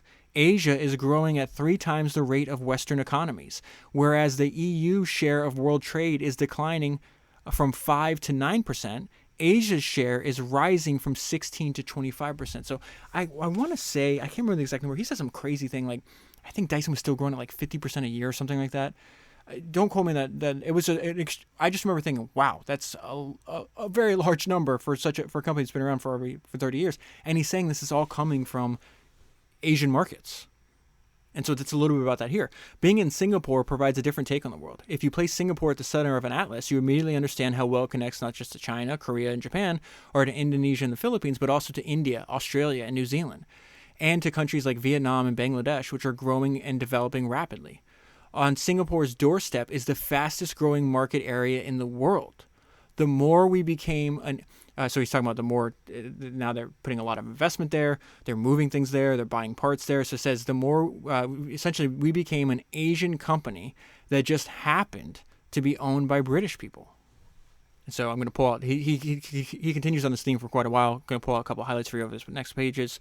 In January 2019, we announced our decision to establish Dyson's global headquarters in Singapore, reflecting the fact that Asia is the center of our operations and that this has been the case for many years. While in Singapore, it has been relatively easy to find bright new graduate engineers and highly skilled workers, the same is not true in Britain. And this is why he starts Dyson University, which I'll go into in a little bit. Because he says, like, I could hire thousands of more engineers in Britain overnight, and I can't find them. And he goes on to, like, we are worshiping the wrong things, worshiping being famous, worshiping being rich. We need to worship making things. Very similar to what Steve Jobs said in the 1984 interview in Playboy with Edwin Land. He's like, this guy, one of the greatest inventors of all time, one of the greatest entrepreneurs of time, is who we should aspire to be. This is the role model. And he says, not a football player, I forgot the list of other things. He's like, why can't this be the role model? This is James echoing that exact same idea, 40 years later. So he keeps going. There's a whole new market in India of young professionals. Dyson has become as much an Asian as it is a British business. Having started and consistently grown in Britain, we now sell over 95% of our products in our other global markets. And so that's the difference between the first book I read and this book. In that 20 years, he went from almost, I think, nearly 100% of his sales were in Britain to now it's 5%. So then he talks about, like, we're being dumb on every level and nobody's doing anything about it. He talks about 60% of the people that go to that get degrees in engineering in British universities are from outside the EU. And he says, after their studies, what does Britain do with them? We chuck them out. Why on earth would you send engineering graduates, researchers, and doctorates packing when they have valuable technology at their fingertips that they take back to countries like China and use to compete against us? His point is, like, why are we not employing them? Why are we not letting them stay here? What the hell is wrong with you? So then he talks about the process of, like, okay, well, I try to make things in Britain, and this is the reaction I get. He says, we need government's help. I went to see Greg Clark, the Secretary of State for Business, Energy, and Industrial Strategy. When we asked during the meeting if he could help us in any way, he refused. I pointed out that he had just given Jaguar Land Rover $350 million for a new diesel engine plant, yet he was adamant that he could not support us. So at this time, he was trying to think of, he's like, why don't I try to make this electric car here? Eventually, he's going to have to move it to Singapore before he obviously closed the project. So he says he was adamant he would not support us. The following week, I was in Singapore. I was invited to meet with the Prime Minister, who could not have been more helpful. He introduced me to key members of his team, who immediately set out about finding land and development grants for building a factory. So this is a really helpful part of the book. It goes into way more detail than I'm going to go in here about the difference in attitude between governments. In one case, he's like, he wants to build a new factory. They say, okay, it's going to be 4 years in Britain, 4 years of planning and 2 years of construction. He winds up building the factory in Singapore. Within 4 days, I think it's 4 days, they found, like, within 4 days, they found, like, the site. So, and his point is, like, if something's going to take you 6 years, or 4 years in their case, and they're doing it in 4 days, you are going to lose. So he goes, and this is another example. That's, okay, I'm meeting with you. You say, no, I'm not going to help you at all. I get to meet, and I'm not meeting with the secretary, I'm meeting with the Prime Minister, who could not have been more helpful. He introduced me to members of his team, who immediately set out finding land and development grants for building a factory. I came back from the trip, and then I asked for a meeting with Theresa May. She refused to see me. Given the attitude of the British government and the fact that the main market for electric cars in China, it seemed a bit silly to think of trying to make cars in England. And so this brings me to the one thing I really am impressed by what he did. And it's really on learning and how to rethink education today.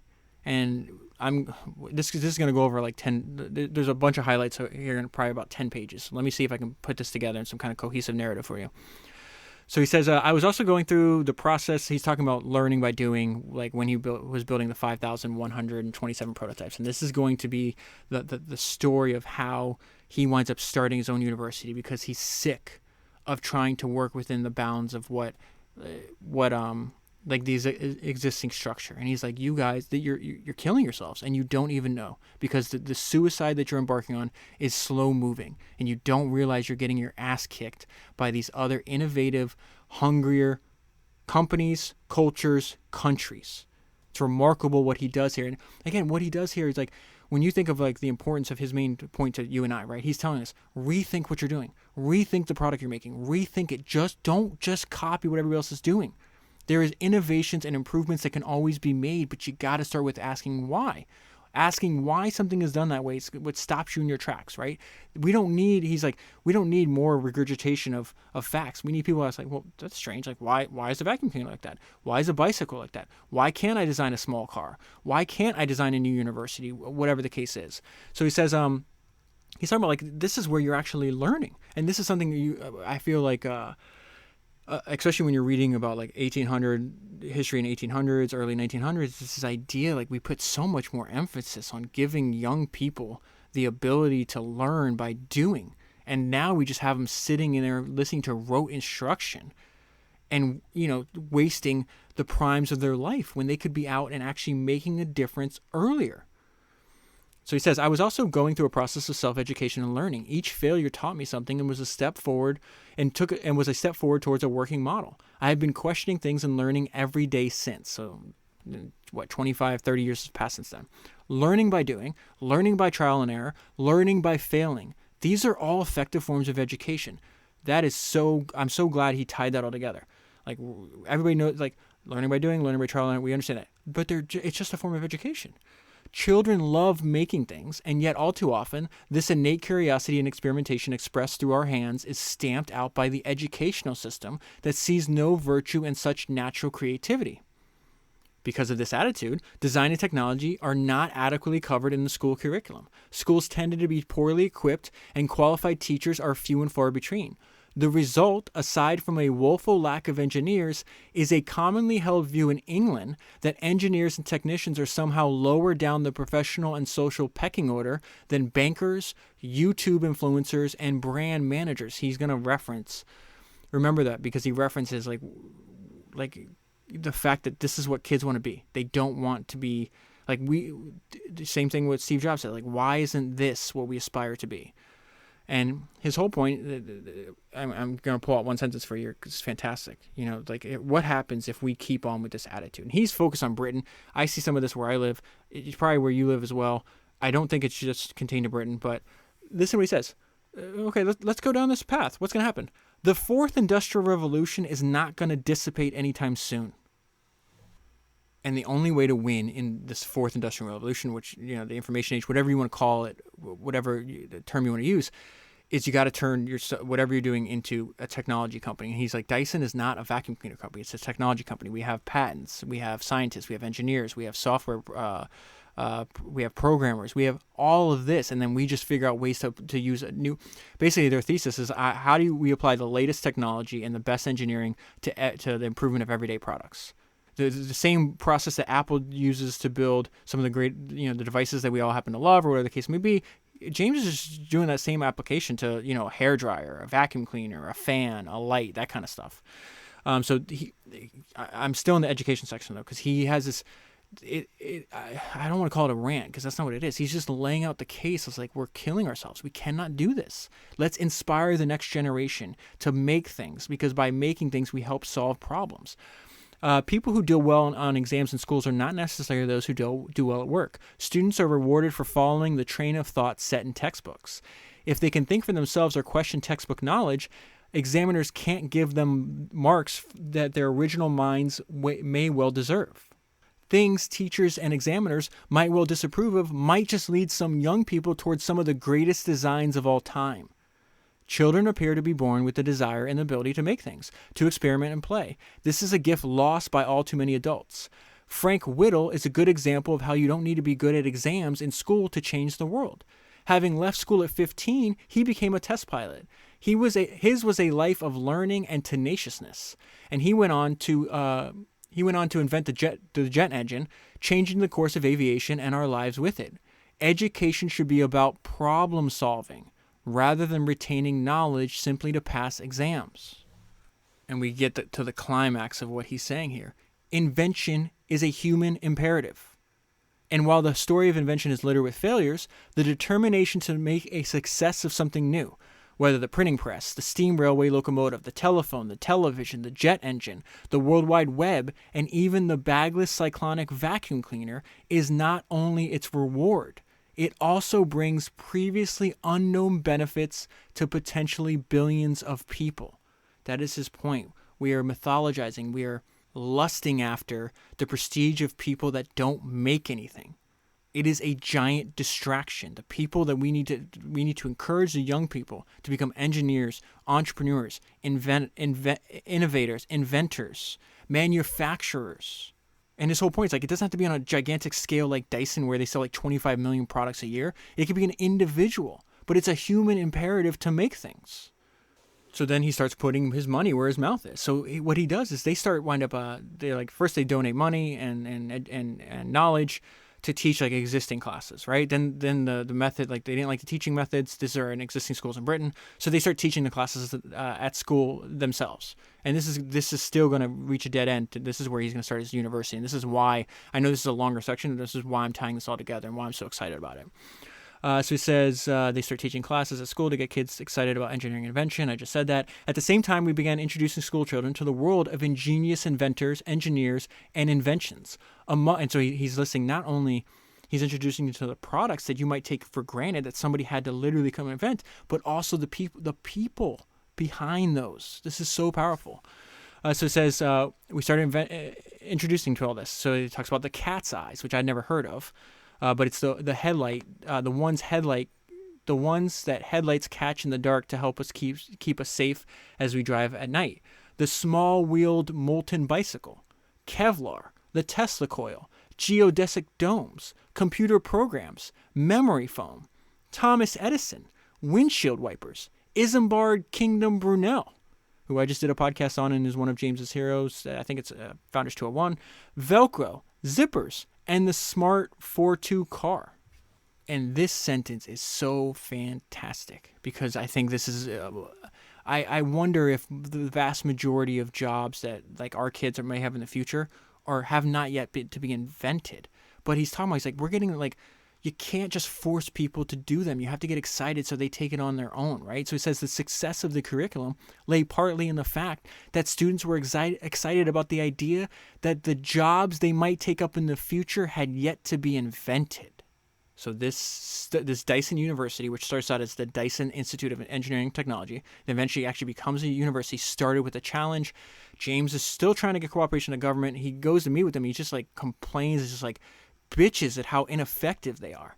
And so it starts with a challenge. So he's meeting with the Minister of State for Universities and Science, and it's this guy named Johnson. And so he's just complaining. And so Johnson threw down a challenge on the shortage of engineers. If I wasn't getting anywhere with the education system in my quest to raise the number of quality engineering graduates, why don't I start a university of my own? And it was actually funny because he talks about, he's like, listen, the meeting that I had with this guy started badly because I went to the bathroom beforehand. I go to dry my hands, and he had a foreign hand dryer. This is a British government building. Jeez, I don't know why I'm studying. A British government building, and it has a foreign hand dryer. He's like, why aren't you using a Dyson? And so he just starts bitching and complaining and everything else. And then that's when he just got thrown down this challenge. And James is like, I didn't even know I could do that. And which is funny because this guy rethinks everything. And so this is absolutely remarkable. He rethought college. And so he puts up a ton of money. It's like $50 million to start, which what eventually is going to turn into the Dyson University. And there's a lot more detail. I want to give you some highlights. They're just fantastic. And so he says, okay, first thing, there's no tuition. I'm paying for it. There's no tuition fees. Our undergraduates, and check this out, and you're going to sit in class for 5 days a week? Absolutely not. No, you will not. You're learning engineering and technology. You learn that by doing. Our undergraduates would work 3 days a week with Dyson on real research projects alongside young Dyson engineers. And check this out. So there's no tuition. They're working 3 out of the 5 days a week, and they're earning a proper salary. Think about how we do everything backwards, right? These kids are just in hundreds of thousands of debt forever. I saw something the other day where this woman, she originally 9 years ago, she graduates high school, or graduates college. This is in the United States, by the way. This is just how stupid we are. Graduates $80,000 in student loan debt. She's been paying it for 9 years. She has paid, so far, over those 9 years, she's paid $120,000. She still owes $76,000. And so James sees this, and he's like, this is ridiculous. This is stupid. Why are we doing this? He's like, I'm putting up my own money. There's no tuition fees. 3 days a week, you're coming to work for my company. You're going to work on real projects, and I'm going to pay you a salary. And then we teach them for the 2 remaining days. When the first undergraduates complete their 4-year course, which is this year, they actually graduate, they will be debt-free. And why is this important? He says, I find it extraordinary and sad that most college graduates are saddled with huge debts from the moment they go out into the world. Our graduates would have studied intensely, worked for a living, and gained immense experience. That's what he was doing. He was working for Jeremy Fry, right? He got the opportunity to do that while he was still in college. So he's already rethought the whole thing. He's like we are going to train them. They don't have to work on Dyson. The program's, I forgot how many people, but you don't have to work on Dyson. But he's hoping that he basically he's saying, hey, these colleges and universities are ineffective at training my people. I'm going to do this myself. But so you can come here, tuition's paid for, you can work for Dyson after, but you don't have to. So he says our graduates have studied at the end. They would have studied intensely, worked for a living, and gained immense experience. And he's like, but we have to understand, this is a very high bar. Like, he feels that the normal universities are a little lazy. He goes, what's more, there was not going to be any easy ride. Undergraduates at Dyson University work 47 weeks a year, much longer than 22 weeks at other universities. So James's point here is like, what the hell they're young, aggressive, tons of energy. Why are we not pushing them? They can accomplish a lot more. So he says, and he's like, I'm taking this extremely serious. We are being trusted with a vital ingredient of a young person's future. And then he talks about, like, why is he doing this? I believe that Dyson University represents a modern, this is so important, modern, forward-thinking 21st century education relevant to the world of work. The undergraduates have a unique education at Dyson. They are working with the best engineers and scientists in the world, real practitioners. They learn and invent alongside them. They experience a wide range of disciplines on products and research that go into production quickly. It is not for the faint-hearted. James has no desire to hang around mediocre people. As well as having a 47-week year, they are here for 4 years rather than 3. I estimate that this represents 2.5 times the teaching offered by traditional universities. So I saw a post on this. It's called simonsaris.substack.com, and this jumped out on me because what he's saying, what James is doing here is like pushing young people, right? Let me just give you this post, and this guy reads all our biographies, and what he writes here, I feel like I've noticed the same thing. So he says, when I read biographies, early lives leap out the most. Leonardo da Vinci was sent to be an apprentice at 14. Walt Disney took on a number of jobs, chiefly delivering papers when he was 11 years old. This other guy published poems at 16. Andrew Carnegie finished his school at 12, and at 13, he began his second job as a telegraph office boy, where he convinced his superiors to teach him the telegraph machine itself. By 16, he was the family's mainstay of income. He says readers and often biographers tend to fixate around the celebrity itself when people became famous or fortunate. We do the opposite here, right? But the early lives, long before success, contain something more revealing. Before you grasp, you have to reach. How did they learn how to reach? In my examples, the individuals, he's talking about the examples he just referenced, the ones I read to you. In my example, the individuals were all doing, he italicized that word, from a young age, as opposed to merely schooling. And while they may not have wanted to work, the work was nonetheless something that both they and society felt was useful, something purposeful and appreciated. In a sense, they had useful childhoods. He asked the question, do children today have useful childhoods? I find it striking just how early and how varied the avenues were that allowed one to pivot off script to do something differently than everyone else. He says, for a 13-year-old today, what is the equivalent of being a telegraph office boy, where he can learn technology while contributing? Remember, what his point is here is like the telegraph at that point in Carnegie's life was the leading technology of its day. In a sense, let me go back down. I just skipped over something. What is the equivalent? Okay. What about for a 16-year-old? What about for a 21-year-old? What is today's equivalent to being an apprentice of the guy that Da Vinci was apprentice under? I can't pronounce his last name. I'm going to answer the question. It sounds a lot, if whatever Simon is writing about in his post, like what is the version of that today? Sounds a hell of a lot like what James Dyson is designing here. And just a few more things for you. He has a family charity motto, and I just love this idea of having a personal motto, a family motto.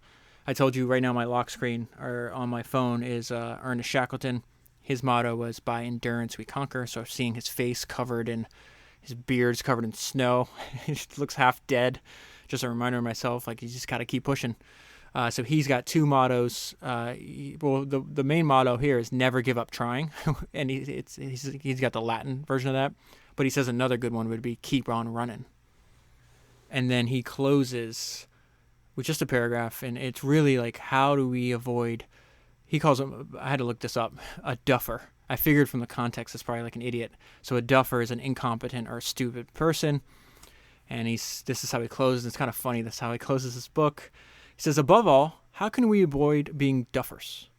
It comes from working away single-mindedly at solving a problem, however many setbacks befall us, even if that means 5,127 prototypes, and retaining an open mind. Remember, there is nothing wrong with being persistently dissatisfied or even afraid. We should follow our interests and instincts, mistrusting experts, knowing that life is one long journey of learning, often from mistakes. We must keep on running, and we really can do better. And that is where I'll leave it. I highly, highly, highly recommend reading this book, buying this book. I would buy both. I would, against his original autobiography, Against the Odds, and this book. I think you read them in that order. It actually will help enhance what James is trying to tell us, and hopefully you find ideas in there that are beneficial to your work.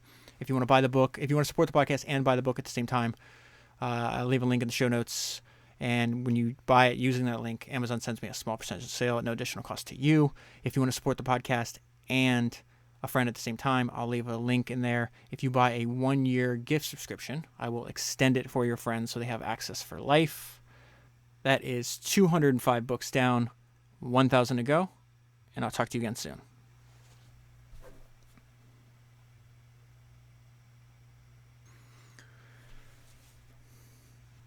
So it's impossible to not keep reading these stories and see how you see people constantly question all the assumptions about the way people approach life or they approach work. It's in every biography. James Dyson just went on and on about it for, 350 pages or whatever it is.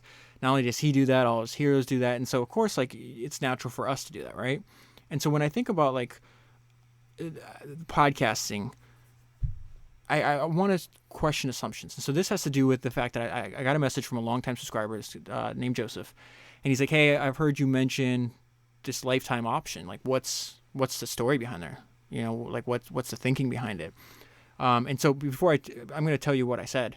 But before I do that, just in case you don't know what I'm talking about, I've mentioned on a few podcasts, but I've been experimenting with this idea. It's like, okay, well, this is obviously podcast Founders doesn't have any ads. It's a subscription-based podcast. Like, is it possible to do a one-time lifetime payment, right?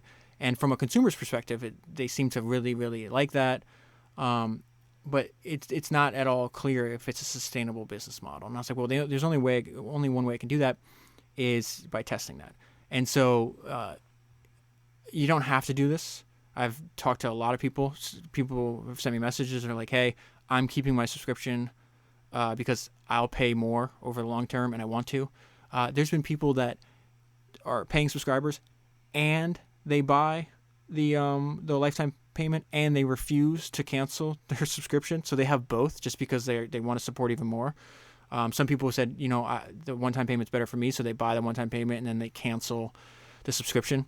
I'm giving this option to new people, so of course I would. It's like an obligation, like it's unethical if I don't offer it to you. So I'll leave a link in there. You don't have to change at all, but it is the option. I am doing this I think maybe on a limited time. I'm not entirely sure on that point, and I guess I'll talk to you more about that in a minute.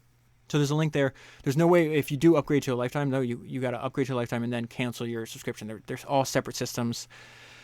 this private podcasting whole phenomenon is extremely new. I mean, the entire phenomenon of podcasting is still in the early days, right? But this generating unique private RSS feeds, which is what, the entire basis of Founders, is still relatively new. So it's amazing how there's a bunch of different providers, but they don't all have everything I need.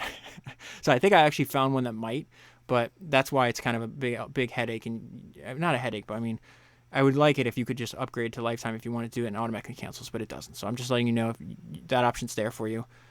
It's up to you. You got to do whatever you want to do. I'm happy. I'm just happy you listen and happy that you hopefully tell other people. But I'm just going to tell you like the story here, the thought. And this is not something I planned. I just wrote this off the top of my head, but it gives you an idea into like why I'm doing this. And while I think I will always continue to experiment because I love podcasting. I think it's an amazing medium, and I just see a lot of people doing what James said. Like everybody just does the same things. And it's like we don't have to recreate radio here, guys. Like this is just a medium. A podcast can be whatever you want it to be. And I want Founders to be unique and weird and a little eccentric. Like I don't want to do what everybody else does. And I'm not putting down other podcasts. Like if they love what they're doing, go and do that. I have that instinct. Like I want difference for the sake of it, right? So it says, one thing I'm learning from the reading biographies is the importance of questioning assumptions and creating experiments to see if other people's assumptions are accurate. We are still in the early days of podcasting. So far, there are two ways: ads and subscriptions. I haven't seen anyone just try a pay once and listen forever option. If I was on the other side, I would like that. It would seem to me to be an amazing value, and it's pretty simple. It's simple. One less recurring payment, one less thing to think about. The question from the podcast's perspective, is it a sustainable business model? Everyone assumes no, it's not. That is the assumption I'm testing. My own hypothesis is that podcasts are durable only. Durable. That's an important word here. My own hypothesis is that podcasts are durable only if they are good enough to be spread by word of mouth. And I'll pause when I'm reading here. And this is why I don't even know if any marketing stuff I do works at all. Because almost everybody that sends me a message about, hey, I like the podcast, whatever the case is, it's always a friend told me about it. A friend bought me a gift subscription. This person said it was great. I really do think that is the only thing that's going to make this durable, is if people get enough value, because it's also natural, right? If you read a great book, listen to a good podcast, watch a good movie, eat a good restaurant, it's natural for us to share these things. And so I think almost all my time should just be going into making it better, right? And so it says, my own hypothesis is that podcasts are durable only if they're good enough to be spread by word of mouth. And as long as people keep telling other people, then there's no reason a lifetime option wouldn't work, because that kind of functions as a reoccurring there, right? Like somebody finds out about the podcast today, they buy a lifetime subscription, they listen for a while, they tell one or two or three other people, and that same process continues on over and over again, right? I may be wrong, and I could, if you're listening to this in the future, I could have just gone back to subscriptions maybe. And there is a chance that I just have, and I found a provider that can actually do this. And that's why I had to do either or, because I didn't find somebody who could do both. Because maybe some people would just rather pay a small monthly fee than one time, whatever, but, you might be listening to this future and that's might not be what is this guy talking about? There's no lifetime option. Well, then that's how you know I was wrong. But I have to be willing to experiment, because it's in the early days of podcasting. We have no idea what this medium is going to be capable of, and what I'm extremely interested in, and it's almost scary to admit it, is I would love to do this for decades. Reading's the only hobby I've ever had in my life that I've had for multiple decades. I've been reading for 30 years. I read all the time now. It apparently is not, it's apparently just part of me, right? There's never been a time in my life I'm not really interested in books anymore. That's just never happened, right? So my whole thing is I found something I love to do. I'm become strangely addicted to making podcasts. I'm sad if many days go in between me making a new podcast. And so it's just really what I'm searching for here, right? Is what is the most durable method that I can do this forever? And I don't know that answer. Maybe it's subscription. Maybe people will pay subscriptions for years. I don't know. But I do know, it's really simple. It's okay, I'll do a lifetime option. You pay once, listening forever. Hopefully you listen for a decade. Over that decade, how many freaking people are you going to tell? A lot, right? So that's the thinking behind it. So it says I may be wrong, but the only way to find out is by testing. Maybe I stumble upon something other podcasts have missed. People that have bought the lifetime access really seem to love it, and that's and this is still early. I've only been testing it for a short amount of time. I don't have any definitive data. It does seem to accelerate the rate of people that sign up, right? There is something. I've heard other people describe other products that have lifetime options as like unresistible, I think is the word I'm looking for. I think that's the word they use. Like, oh, it's simple to, okay, you sign up, you get 200 episodes I've already done or whatever the number is, and then every future episode. Like, it's really simple too, right? But I also might be losing people that only want to pay, $15 a month or whatever the number is going to be. So I don't know, but let me go back to this. Maybe I stumble upon something other podcasts have missed. People that have bought the lifetime access seem to really love it. Worst case, I end the experiment and I go back just to subscriptions. It says, hope I answer questions. I should probably explain my thinking and my guess on the podcast. Others might be interested. That's why I'm recording this now, in case you find it useful. I don't think about this like I'm making a show. I have to use terminology that people use in the podcast industry, like episodes, but I feel like this is just one giant conversation that we're having. And that's why, like, I don't silo. Like, when I'm learning about James Dyson, I'm telling you how his ideas relate to, Steve Jobs and Larry Ellis and all these other people that I've studied before. Like, because I just fundamentally don't think of this I think of it as a one giant conversation. And so far we're at a couple hundred hours. And if we're lucky, we'll get to a couple thousand hours. And I think one benefit of that approach is like I can just talk directly to you, and a lot of the stuff I'm going to say is probably wrong, like because I'm gonna run down dead ends, and I'm gonna be wrong because that's exactly what is expected when you're trying to figure things out.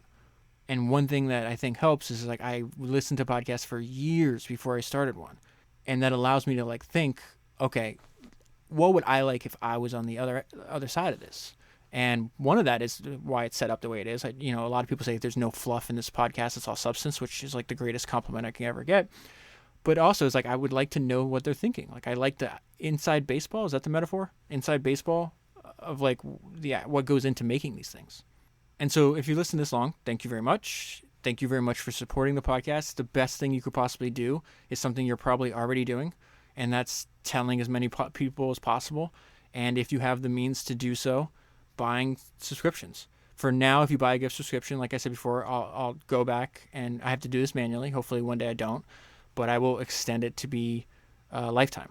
So that was my thinking. I just wanted to let you know what's up, what I think about, because I'm obsessed with founders. I think about it all the time. I work on it every day, and I also know that I don't have it all figured out yet. So that's just it's exciting. I want to treat this like an adventure. And with that, I should go start reading another book. I'll talk to you soon.